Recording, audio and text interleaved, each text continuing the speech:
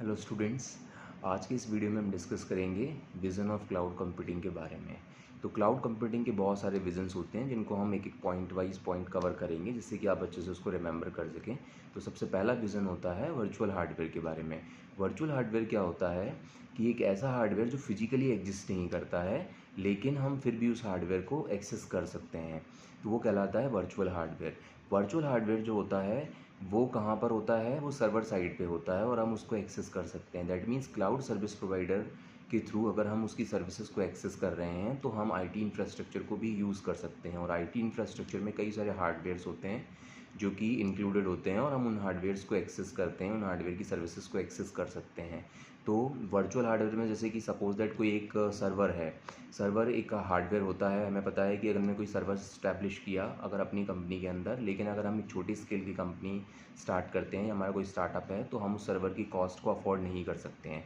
तो उस केस में हम क्या करते हैं कि हमारा जो सर्वर होता है उस सर्वर को हम सर्वर जो है उसकी सर्विस को हम परचेज़ करते हैं। उसको हम किससे परचेज़ करते हैं? क्लाउड सर्विस प्रोवाइडर से परचेज़ करते हैं। जो भी उसकी प्राइस होती है उस प्राइस के अकॉर्डिंग हम उसको परचेज़ कर लेते हैं। तो वो जो सर्वर है वो फिज़िकली एग्जिस्ट नहीं करेगा हमारे साइड पे, यानी कि हमारी ऑर्गेनाइजेशन में वो फिज़िकली एग्जिस्ट नहीं करेगा, लेकिन वो जो सर्वर है वो फिज़िकली एग्जिस्ट कर रहा होगा क्लाउड पर। तो इसीलिए हम क्या बोल रहे हैं, हम बोल रहे हैं कि हमारे एंड पर वो फिज़िकली एग्जिस्ट नहीं करता है, इसलिए वो हार्डवेयर है कैसा हो गया, वर्चुअल हो गया।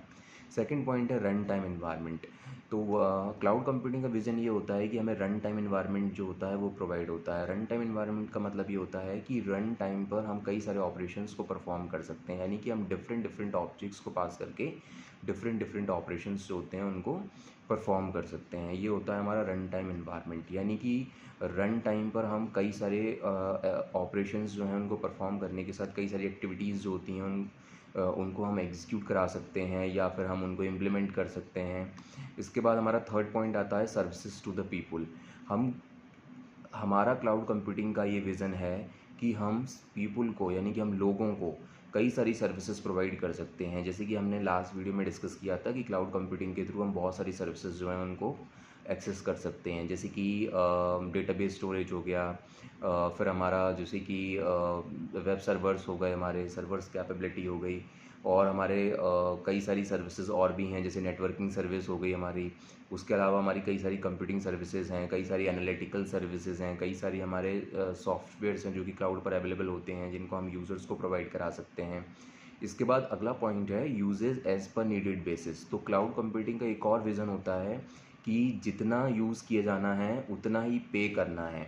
जैसे कि अगर हम सपोज दैट एक एग्ज़ाम्पल ले लेते हैं, जैसे कि हमने एक एग्ज़ाम्पल लिया कि टीवी का अगर हम एग्ज़ाम्पल लेते हैं तो टीवी में हम ये देखते हैं, टेलीविज़न में अगर हम कोई भी एक किसी भी एक कंपनी का एग्ज़ाम्पल ले लें तो उसमें हम ये देखते हैं कि अगर कोई एक बच्चा है और उसको कार्टून नेटवर्क देखना है और वो अपने मैटरनल अंकल के यहाँ जाता है कार्टून नेटवर्क देखने के लिए, मतलब रहने के लिए जाता है, लेकिन उसको अगर कार्टून नेटवर्क देखना है तो उसको वो चैनल उन मैटरनल अंकल को वो चैनल जो है वो क्या करना पड़ेगा, सब्सक्राइब करना पड़ेगा, यानी कि वो चैनल जो है उनको इंक्लूड करना पड़ेगा।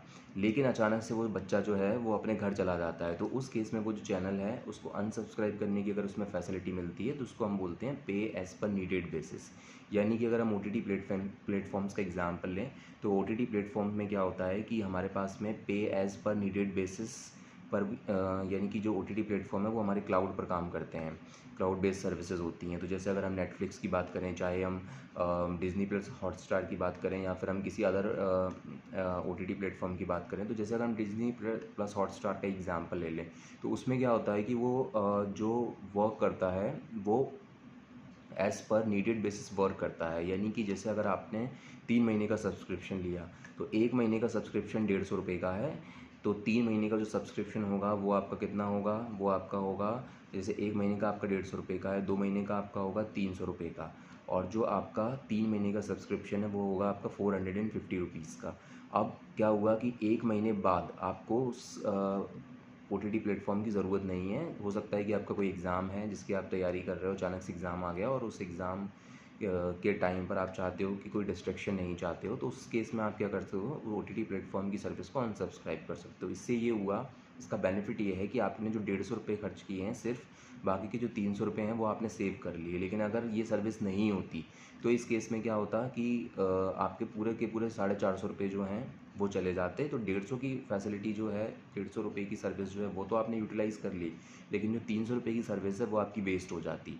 तो इसीलिए इसका सबसे बड़ा बेनिफिट है क्लाउड कंप्यूटिंग का, पे एज़ पर नीडेड बेसिस, मतलब जितना आपको यूज़ करना है उतना आपको पे करना है। तो एक ये विज़न भी हम लेके चलते हैं जब हम क्लाउड कंप्यूटिंग की बात करते हैं, कि जब भी हम क्लाउड कंप्यूटिंग सर्विस प्रोवाइड कराएंगे तो हम पे एज़ पर नीडेड बेसिस कराएंगे, या usage as per needed basis service जो है वो प्रोवाइड कराएंगे। इसके बाद अगला पॉइंट आता है deploy systems in hours then days, यानी कि क्लाउड कंप्यूटिंग के आधार पे या क्लाउड कंप्यूटिंग की हेल्प से हम जो सिस्टम है उसको हम डिप्लॉय कर सकते हैं आवर्स में। उसको हम दिन के कंपैरिजन में आवर्स में हम उसको डिप्लॉय कर सकते हैं। इसका मतलब ये है कि हमें 7, जैसे सपोज दैट कि कोई एक सिस्टम है उसको डिप्लॉय करने में 7 दिन लग रहे हैं, लेकिन हम यहाँ पे उस सिस्टम को कुछ ही आवर्स में कंप्लीट कर सकते हैं या डिप्लॉय कर सकते हैं। डिप्लॉय करने का मतलब ये होता है कि आप इम्प्लीमेंट कर रहे हैं उसको, या फिर आप उसको जो प्रोजेक्ट है आपका उसको प्रोजेक्ट को प्रोडक्ट की फॉर्म में लेके आ रहे हैं, जिससे कि आप उसको डिलीवर कर सकें कस्टमर्स को, जो भी आपके कस्टमर्स हैं।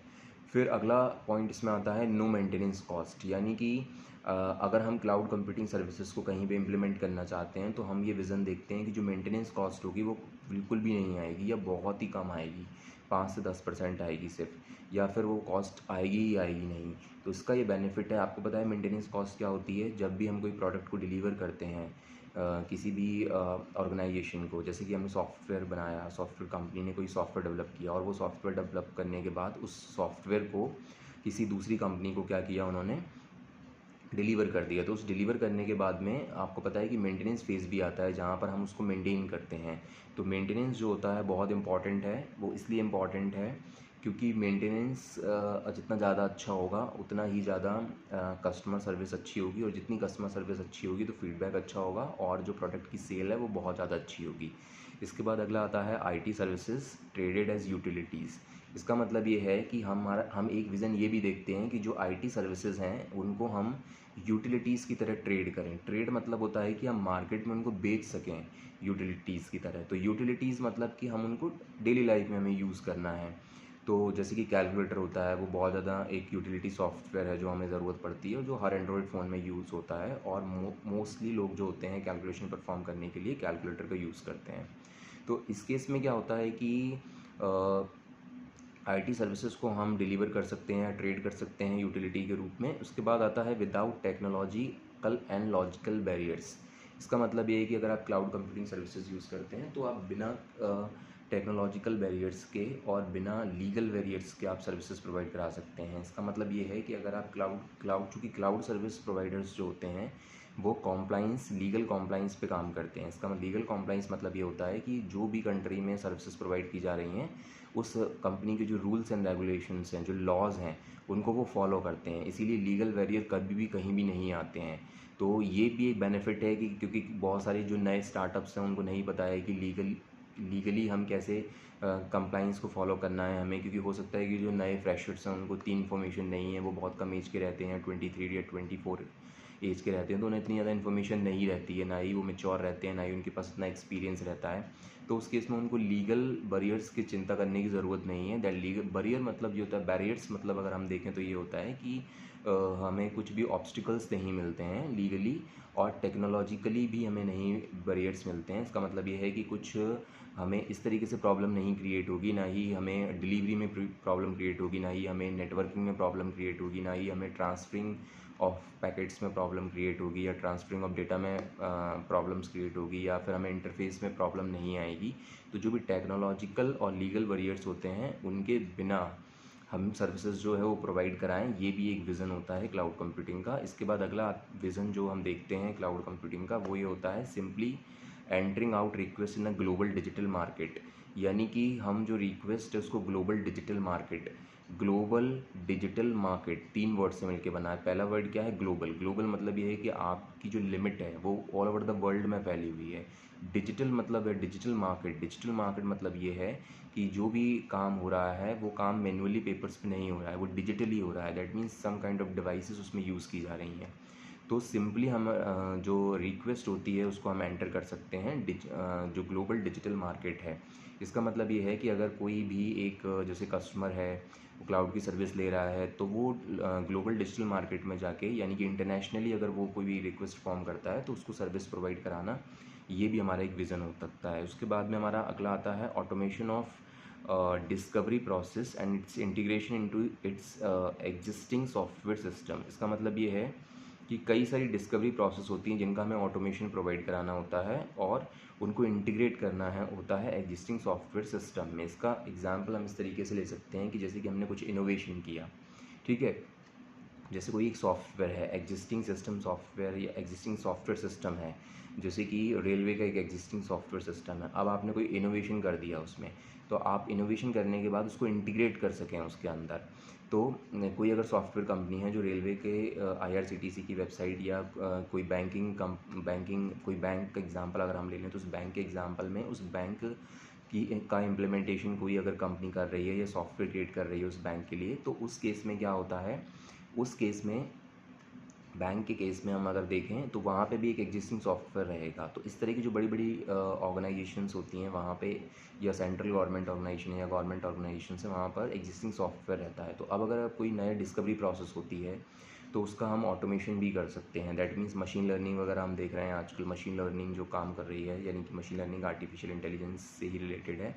इसका मतलब ये है कि जो मशीन्स हैं वो ऑटोमेटिक लर्न कर रही हैं। तो जैसे कि अगर हम टिकट्स की बात करें तो बहुत सारे यूज़र्स टिकट्स ले रहे हैं, तो हो सकता है जो मशीन है उस मशीन में हम मशीन लर्निंग एल्गोरिदम्स लगा दें और जो टिकट्स का डेटा है वो उनको उन टिकट्स के डेटा के पैटर्न के बेसिस पर कुछ ना कुछ जो एनालिसिस करके रिज़ल्ट जो है वो फॉर्म कर सकें, और उसको जो फॉर्म करने के बाद में जो भी सर्विस आती है या जो भी एक रिज़ल्ट आता है उसको जो एग्जिस्टिंग सॉफ्टवेयर है उसमें ऐड कर सकें। इसका मतलब ये है कि एग्जिस्टिंग सॉफ्टवेयर में अगर कोई कमी है तो एनालिसिस के बाद हम उसमें ऐड कर देंगे। तो ऐड करने से क्या होगा कि बाकी की जो फैसिलिटी है वो फैसिलिटी है या फिर जो प्रोडक्ट है वो और ज़्यादा बेटर वे में हम डिलीवर कर सकते हैं, और ज़्यादा बेटर वे में हम उसको क्या कर सकते हैं, यूज़र को दे सकते हैं। तो ये एक और विज़न हो सकता है क्लाउड कंप्यूटिंग का। इसके अलावा और भी कई सारे विजन्स हैं, जिनमें एक विज़न होता है global platform for trading cloud services. तो एक विज़न हम ये भी देखते हैं कि हमें क्लाउड सर्विसेज जो होती हैं उनको ट्रेड करने के लिए ग्लोबल प्लेटफॉर्म जो होता है वो यूज़ किया जाना चाहिए। इसके बाद अगला आता है helping service providers. Service providers जो होते हैं उनको हेल्प करना।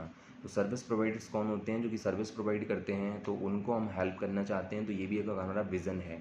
यानी कि अगर हम क्लाउड जैसे कि कोई एक कंपनी है, मिडिल लेवल की कंपनी का एग्जांपल ले लेते हैं हम, तो कोई भी एक मिडिल लेवल की कंपनी है, जैसे कि आप एग्जांपल ले लें, कोई एक ऑर्गेनाइजेशन है जो मिडिल लेवल पर हॉस्पिटल्स वगैरह को चलाती है, या फिर होटल्स जो हैं उसके कुछ 2-4 होटल्स हैं या रेस्टोरेंट्स की चेन है। तो वहाँ पर जो सर्विस प्रोवाइडर्स होते हैं उनको हेल्प करना है। तो उन सर्विस प्रोवाइडर्स कौन हो सकते हैं, जैसे कि सिक्योरिटी प्रोवाइडर्स हैं जो कि सिक्योरिटी गार्ड्स को प्रोवाइड करा रहे हैं, या फिर क्लरिकल स्टाफ है। तो ये these are the service providers जो कि सर्विस प्रोवाइड कराते हैं। अब इनको हेल्प करने के लिए हम क्या विज़न देख रहे हैं कि हम क्लाउड को यूज़ करके, क्लाउड कंप्यूटिंग को यूज़ करके इनको हेल्प कर सकते हैं। तो इनको हम कई तरीके से हेल्प कर सकते हैं, जैसे कि हम इनका डेटा सेव करना है, या सिक्योरिटी गार्ड्स जो उनको कुछ सिक्योरिटी सिस्टम में हेल्प करना है तो हम क्लाउड की सिक्योरिटी ले सकते हैं, यानी कि हम ऑथेंटिकेशन सर्विसेज ले सकते हैं, या फिर हम ये कह सकते हैं कि जो डेटा है वो क्लाउड पर सेव कर दिया और फिर उसमें ऑथेंटिकेशन टेक्निक्स लगा दी। तो इस तरीके से हम उनको हेल्प कर सकते हैं। इसके बाद आता है potentially increase revenues.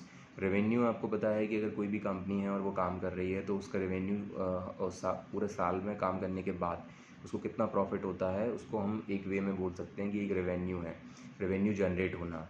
Revenue generate हो रहा है कि भाई 1 लाख का रेवेन्यू जनरेट हो रहा है, 2 लाख का रेवेन्यू जनरेट हो रहा है। तो हमारा विज़न ये भी रहता है कि अगर हम क्लाउड कंप्यूटिंग सर्विसेज यूज़ करें तो रेवेन्यू जनरेट हो। तो जैसे कि आपको पता है कि क्लाउड कंप्यूटिंग सर्विसेज को यूज़ करने से जितना भी जो भी हमने फर्स्ट वीडियो में ही ये डिस्कस किया है कि जितनी भी कॉस्ट होती है वो सारी की सारी क्या होती है, एलिमिनेट हो जाती है। कई सारी चीज़ों की कॉस्ट एलिमिनेट हो जाती है, चाहे वो हार्डवेयर हो, चाहे वो आपका सॉफ्टवेयर हो, उसकी कॉस्ट एलिमिनेट हो जाती है, आपकी प्रोडक्टिविटी बढ़ जाती है, रिलायबिलिटी बढ़ जाती है, और भी बहुत सारी जो कॉस्ट होती हैं, जैसे IT एक्सपर्ट्स की कॉस्ट होती है, ह्यूमन रिसोर्सेज की कॉस्ट होती है, वो कैसी हो जाती है, कम हो जाती है। तो जब कॉस्ट कम होगी और प्रॉफिट ज़्यादा होगा तो इट्स ऑब्वियस कि रेवेन्यू जो है वो ज़्यादा होगा। Now coming to the next point which is applying our application to the global digital market. That means हम अपनी जो एप्लीकेशन होती है उसको ग्लोबल डिजिटल मार्केट में हम क्या कर सकते हैं, रीच आउट कर सकते हैं। तो अगर हम क्लाउड की सर्विस यूज़ करते हैं तो उससे बेनिफिट ये है कि हम अगर इंडिया में बैठे हुए हैं तो इंडिया से हम किसी भी दूसरी कंट्रीज, लेट्स से कि दुबई में, या फिर हम कोई दूसरी और कंट्री है जैसे कि टेक्सास में, हम अपनी सर्विस जो है उसको क्या कर सकते हैं, रीच आउट कर सकते हैं। जो एप्लीकेशन है उसको हम रीच आउट कर सकते हैं। दैट मीन्स हम उस एप्लीकेशन को अगर क्लाउड पे डिप्लॉय कर दें तो दूसरी कंट्रीज़ में भी जो कस्टमर्स हैं वो उस सर्विस को क्या है, उस एप्लीकेशन को क्या है, एक्सेस कर सकते हैं। लेकिन अगर आप क्लाउड नहीं यूज़ कर रहे हो तो फिर उस केस में क्या होगा कि आपको किसी सर्वर पे होस्ट करना होगा या अपने ही सर्वर पे होस्ट करना होगा। लेकिन अगर आप क्लाउड यूज़ कर रहे हो तो उसमें बहुत सारी चीज़ें ऐड हो जाती हैं। That means cloud is a network of remote servers where the computing is happened. ठीक है, तो इस तरीके से ये पॉइंट्स हो गए जो आपने डिस्कस किए। कुछ पॉइंट्स और बचे हैं जो हम डिस्कस कर लेते हैं। इसके बाद आता है for cloud computing services automatically integration to the existing software application. So this is the same point as we have discussed earlier. Now coming to the next point, cloud provider can also be buyer in the competitive service to fulfill its promises to the customer. तो ये हमारा last point है। Last point में हमें क्या बताया गया है कि क्लाउड प्रोवाइडर जो होता है that can also be buyer. Cloud provider भी बायर हो सकता है। दैट मीन्स क्लाउड प्रोवाइडर भी कुछ ना कुछ सर्विस को खरीद सकता है। जैसे कि क्लाउड सर्विस प्रोवाइडर के एग्जांपल्स ले लें तो अमेजॉन हो गया, अमेजॉन का AWS क्लाउड होता है, माइक्रोसॉफ्ट का माइक्रोसॉफ्ट एज्योर क्लाउड होता है, गूगल का गूगल क्लाउड होता है। तो ये जो क्लाउड प्रोवाइडर्स हैं, इस तरीके से और भी क्लाउड प्रोवाइडर्स होते हैं जो कि मार्केट में होते हैं। तो वो कुछ सर्विसेज जो हैं उनको बाय कर सकते हैं और कुछ कम्पिटिटिव सर्विस को बाय कर सकते हैं। कम्पिटिटिव सर्विस का मतलब ये है कि जैसे कि अगर हम बात करें कि दो कोई एक जाइंट कंपनीज़ हैं जैसे कि माइक्रोसॉफ्ट और गूगल है, तो माइक्रोसॉफ्ट और गूगल जो है दोनों कम्पिटिटर हैं, बहुत अच्छे कम्पिटिटर हैं मार्केट में। तो इन दोनों में से कोई भी कंपनी जो है इस तरह की सर्विस लेने की कोशिश करे या बाय करने की कोशिश करे कि जिससे कि वो अपना कंपटीशन जो है उसको और इंक्रीज़ कर सके, यानी कि अपने कंपटीटर से आगे बढ़ सके एक कदम। तो इस तरीके से ये सारे जो पॉइंट्स थे वो हमने डिस्कस कर लिए हैं। तो this topic was all about vision of the cloud computing, कि एक क्लाउड कंप्यूटिंग को यूज़ करने के क्या क्या विज़न होते हैं जो कि एक ऑर्गेनाइजेशन देख सकती है।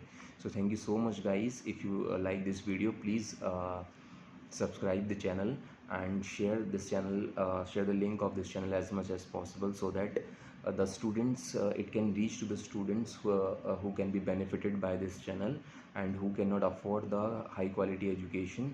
So only this is the motive for making this channel, and I hope all of you are good, and thank you so much for your kind support.